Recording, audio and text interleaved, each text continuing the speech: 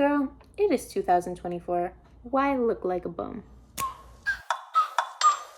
Like, ride with me if you ride with me, you can slide with me if you feel like. All right, let's jump right into this. These are 10 self-care tips that I wish I would have known sooner. These are the things that we are going to be going over in today's video. We are just going to hop right into it. So number one is a signature scent. I slept on this for so long because I didn't know, okay? Having no information can hurt you. You don't know what you don't know, girl, okay? So signature scent, let's go, ladies. Just hear me out, okay? Let me bring you in this little story here. So mans be there. I don't know if men are smart enough to get this. I think even a man can understand this, okay? So mans is there and just like smells your perfume and knows it's your perfume, okay? The level of stability that you have in your life when you always be smelling the same is top tier. It is top tier right there, top tier. So personal recommendation from gal to gal, I'm gonna say drop the body sprays, okay? If it costs under 30, 50, 60, yeah, around there. If it costs under $60 and it's a body spray or it's a mist, I'm gonna say put it in the trash, okay? Because that is shit and we all know it. You don't want to be smelling like a little girl in 7th grade, okay? You want to be smelling like a woman, a high value woman, okay? So what I recommend is you need to go and get samples. I really like Scentbird for these because they just send you automatic shipments for samples and then you get to try really expensive perfumes for a lot less. Another way to do it is just go into the drugstore or you could go into Sephora. They have samples as well.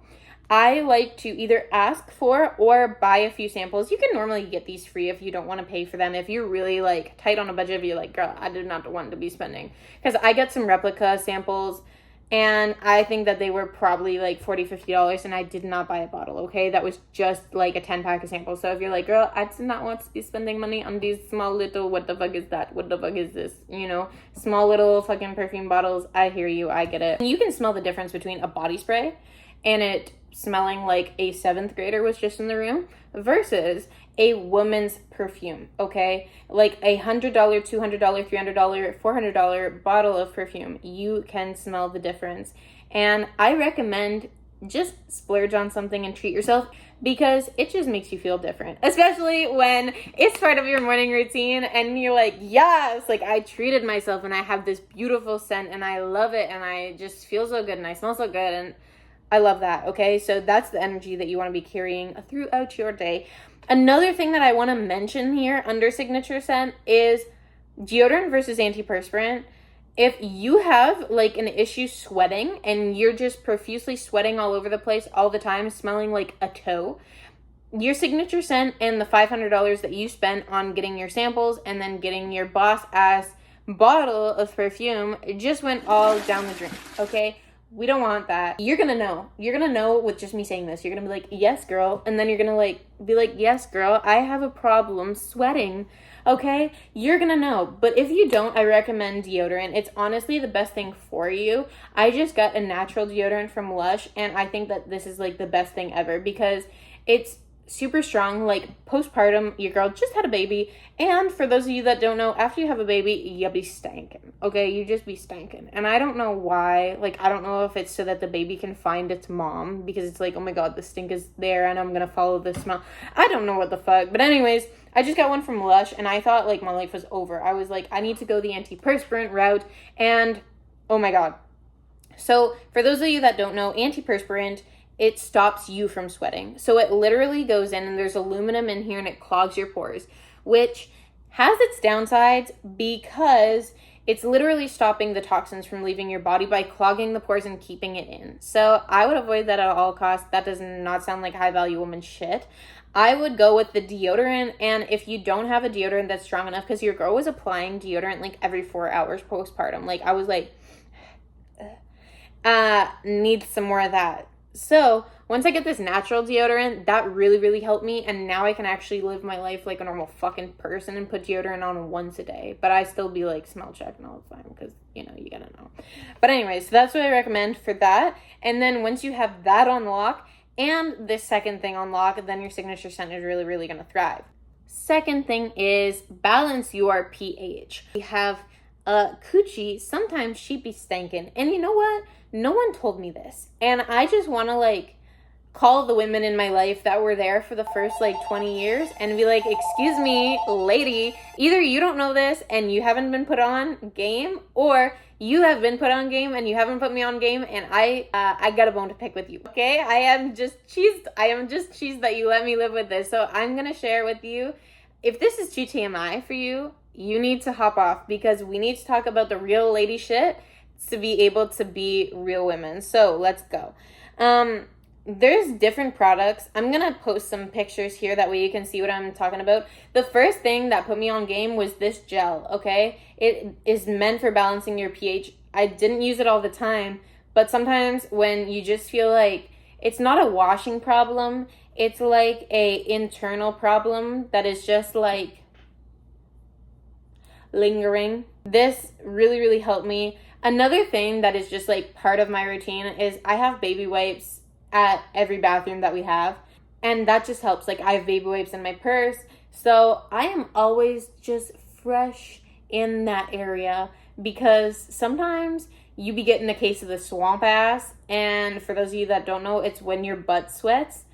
Who needs that, right? Like, we already have armpits be smelling like armpits. We don't need our coochie smelling like another armpit down there, and it's just worse, okay? A moment of silence for all of the time that we have lost with coochie smelling terrible. Moving on. So, another one that I just recently put into my whole, like, postpartum situation was a wash. This is the one that I got. I'm gonna post a picture here. It just smells bomb, like so fucking good. So that is something that I use. Oh, another thing. If you are, I don't want to say this too loud. If you're having like unprotected, you know what, and you have some stuff in there, you need to get it out. You need to like get it out. Like, do not leave that there, because this will just smell so much worse, okay? So for that, I recommend a douche. These are the ones that I use, and then you can just go up there, you just rinse her real good, rinse her out, and then you move on with your life, okay? Let's start another topic, because I'm ready to talk about something else. Moving on, skincare. This is a good one. Having a face full of acne is fun for no one. It's not fun for the people looking at you, and it's not fun for you. And when you are not proud of your presence, it's really hard to be fully present, because there's always this like negative energy holding you back and putting yourself like inside yourself. And I don't like myself right now, and I don't feel confident. And we don't need that energy. We need like this pushing out, like living life, being a part of what's going on. That's the energy that we're looking for. So I like the Inky List and the Ordinary. The reason for that is because when you're buying something, you're buying the product. Like, if I'm buying retinol, I'm buying retinol. I don't have a bunch of fillers. I don't have a bunch of bullshit in my products. Inky List is the same way. Neither of them are tested on animals. They're cruelty free, which is something that I really, really love. I go for basic, cheap, and tailored. The Inky List and the Ordinary, because it is basic and it is cheap, because you are just buying the product. You are just buying what you actually need and what is the active ingredient on your skin. You're not buying all these fillers and the brand and paying extra money for all this other bullshit. So it costs a lot less than buying these $50, $60, $70 a bottle face cleansers or other bullshit. And tailored. So I have certain issues, you have certain issues with your skin. You have certain things that you're running into. For me, the longest time, it was like acne prone skin. So in my routine every single day, I had hyaluronic acid. Now for me, that's not really something that I need, because my needs have changed. But you need to figure out what those products are for you. I'm going to do a whole other video on skincare, and I'm really going to dive into it. That way I can answer all of your questions. Next one is going tanning. I think that this is really beneficial for multiple reasons. If you're going outside, you're getting vitamin D. And honestly, in a tanning bed, call me crazy. Maybe it's placebo, or maybe it is actually a real thing. I do feel energized after I go in and I'm under an artificial light. Even though it isn't the natural light, I do feel really, really good after getting out. Plus, like, normally if you think of like a loser nerd, he's pasty. So that's just a step up in life, okay? That's just an easy level up. I go tanning once a week. And sometimes I just do a fake tan just to get the look, but I honestly do feel a lot better if I go outside and I'm actually in the sun, or if I go in a tanning bed. A daily look. So for me, my hair and makeup, I have like 2 different looks. I have this look that you're seeing right now. My eyebrows are done. I have eyeliner, mascara, and fake lashes on. That's my go-to look with straight hair if I don't have my extensions in. Go-to look if I have my extensions in would be curled hair, and if I want to do a full face makeup, then I do a full face of makeup. But just to like get me through every day, this is the look that I want to be bringing because it just makes me feel a lot better. There have been times in my life where I've really been struggling and I let this go, and then my daily makeup didn't become part of my routine because I'm like sleeping, crazy hours during the day and I'm sleeping crazy hours at night, and it just did not make a lot of sense to have that in my routine. But I mean, even if you do something like a little bit more permanent, if you don't have like the time or the schedule, or you're just really like going through it, get your lashes done and get your eyebrows done. Sometimes you can do like a tint. Maybe a tint will help you. Maybe if you want to do like a microblading, definitely a much more permanent solution. But you could just do a tint, or you could do a tint at home. I am not recommending that just because I've tried dyeing my hair and other shit at home, and I've just been involved in some catastrophes that I don't want to put you in, okay? So if you're feeling up to it, then go for it. If not, just pay someone, okay? Just get someone to do it for you. All right, so that's it for our outer world. Now looking at our inner worlds. The first one, it might disgust a lot of you, but just hear me out. Just let me explain why I'm telling you this. I get blood work done regularly because if I have a deficiency, it just really sends you for a fucking loop. Like, you just really feel like shit. If you have a vitamin deficiency, or if you have something wrong in your body's blood work will tell you and like give you indications that something is going wrong. So for one, just general upkeep, like to know that you have a problem way before you actually have a major issue. Second reason, which is honestly why I do it, it's because if you have a vitamin deficiency or you are short on minerals, you're going to have symptoms as if you have like mental health issues, or you might have like other things. Like, I didn't realize having hangnails and having like skin problems is the sign of a deficiency. Another one is like muscle cramps when you're going to bed, or just overly like fatigued. I did have an iron deficiency postpartum and actually during my pregnancy as well. But had I have not gotten that blood work, I would have never known about that. Then you have like a full report on where you stand at this moment in time, and then you can supplement if you need to. And I had deficiencies before where I started supplementing and I felt so much better, like literally more than 100 times better. And it just makes life so much easier when you're not white knuckling it through every fucking day, and you actually do have an abundance of energy and you're not trying to fake it till you make it.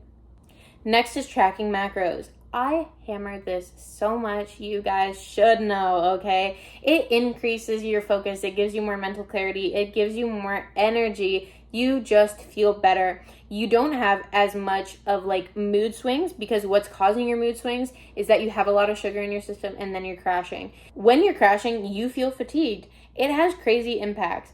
Just cutting out the junk food, tracking your macros, and having less sugar in your diet will do absolute wonders for you.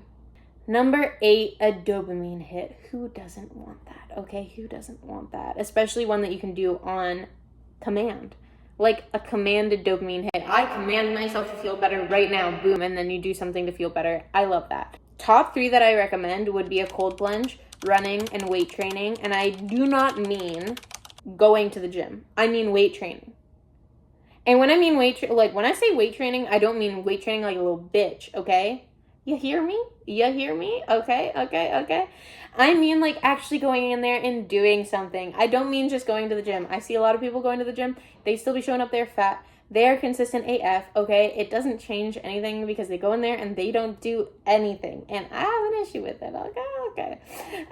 So actually going in there and pushing yourself beyond belief. One more rep. Can you do one more? And then you say no, and I believe that you can. So push yourself to failure and beyond. Having someone to go and train with you is super beneficial, but I don't want to recommend it because then you like get set on the fact that this person is going, and if they're not going, then you don't want to go. So I recommend like just being able to show up for yourself and really pushing yourself, but having someone to just like the stack of weights, or like just like push that barbell up, or make it so that you feel like you're not going to die if you fail on this rep. That's just super beneficial to have. So having someone there really, really helps. But you have to actually do something. You don't just have to be consistent at showing up, because that will get you nowhere, except for to the gym. Next one is setting goals for yourself. Let me tell you why this is so important. A lot of people don't have things that they can look forward to, and they feel like there's a certain level of like anxiety, fear, and uncertainty that comes about when they think about their future, because they don't know what is going to be happening. And the issue with that is that you are reactive to what's being placed in your life, and you're not actively creating it. When you set yourself up in a mindset of, I want this, this is the goal that I want, and then you start looking like deeper, okay, if I can have anything, truly anything, what do I want? Put yourself in creation mode, and then you're like, oh, you know what? I can start taking action on that. Realize that you can fill up your schedule, and then you realize that you have less white space on your schedule, so the devil is getting at you less, and you're in motion, and then you do the hard things, and you challenge yourself, and you push yourself out of your comfort zone. It's just like this positive ball that keeps on going. Let's keep on going. So then you push yourself, and they feel really good, and then you're like, oh, wow, I did the hard thing, and I love myself, and I feel confident, and I can take on the world, and I can do anything. And then you see the next hard thing that is like in alignment with the bigger goal and manifesting the life that you want, and then you challenge yourself to do the harder thing, and then you have failure, and then it's really, really hard, and then you're like, I shouldn't have challenged myself. I shouldn't have done that. And it gets really, really hard. And for some reason, you just keep on showing up, and then you like overcome that, and then you feel victorious on another level. And then it's just this other level of like high and confidence. And then you're like, I can do anything. And then life just fucking punches you in the face. And this is literally how it goes. Okay, guys, punches you in the face, and everything was going so good. And then you're down and out, and then and then you realize like who the fuck you are inside. And you're like, I remember I can do anything. And then you push yourself through that, and then you overcome it again, and then it's this victorious, beautiful thing. And that is why you should set goals for yourself, and that's why you should upkeep them, because it gives you something that you can continuously look towards and create. And when you put yourself in creation mode, you are the cause, you are the reason, you are responsible. So it's not life is happening to me, I'm a victim, and everything is terrible. No, it's literally like, I created this, I asked for this was really hard. I know who I am. I've overcome so many things. Look at my track record. And if I don't have a track record, guess what? I'm going to start by just doing this one hard thing. And then if I do this one hard thing and I'm successful, or if I fail, at least I would have pushed myself to do that hard thing. And then boom, that's the start of your track record. And so when you have this mindset, it puts you in a position of power. And when you're in a position of power, you become a much happier person. So I strongly recommend set some goals for yourself. Have some bigger goals, some things that you look at and you're like, no, I definitely can never do that ever. Probably not. Don't think it's attainable, whatever. That's fine. Have those beautiful, incredible goals, because you're going to build yourself up to become the type of person that can do that. I look at a 100-pound dumbbell. Like when I first got to the gym, I'm like, definitely cannot even pick that up.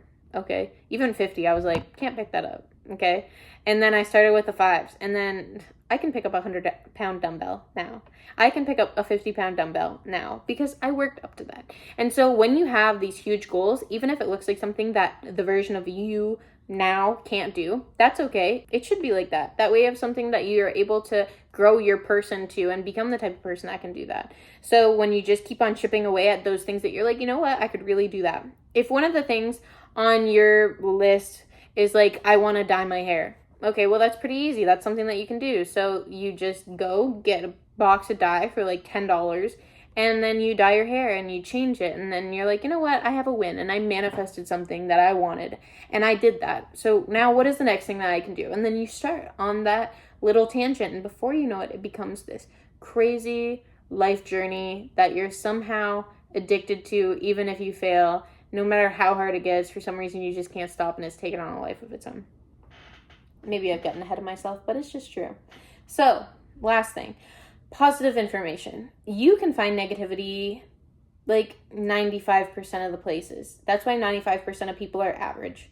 And then you have like your top percent of people that are just fucking high performers, and they are just doing better and greater things with their life. It's because they're getting different information. First off, they're getting different information, but it's not just different in like, you know, they know something that you don't, but they're surrounding themselves with positive things. They're surrounding themselves with different types of social media. The social media that they're consuming, if they even consume social media, it's positive, it's uplifting, it's motivating, it's putting them back on their goals, and it's focusing them in on the next things that they need to do. And it's not distracting them, telling them how the world is terrible and the news here and the fucking, 7 countries across from you, something terrible is happening, and you should definitely focus on that as if, because you have nothing to fucking do with that, and your goals are here. You are here. You need to focus on what is in front of you, and you need to stop paying attention to other people's business, because your attention is your currency. And so when you bring in that positive information, you're going to notice you're not interested in the gossip, you're not interested in the trash TV, and all of this negative news that's going about, the worry, fear-mongering, all of that stuff. You're like, you know what? No.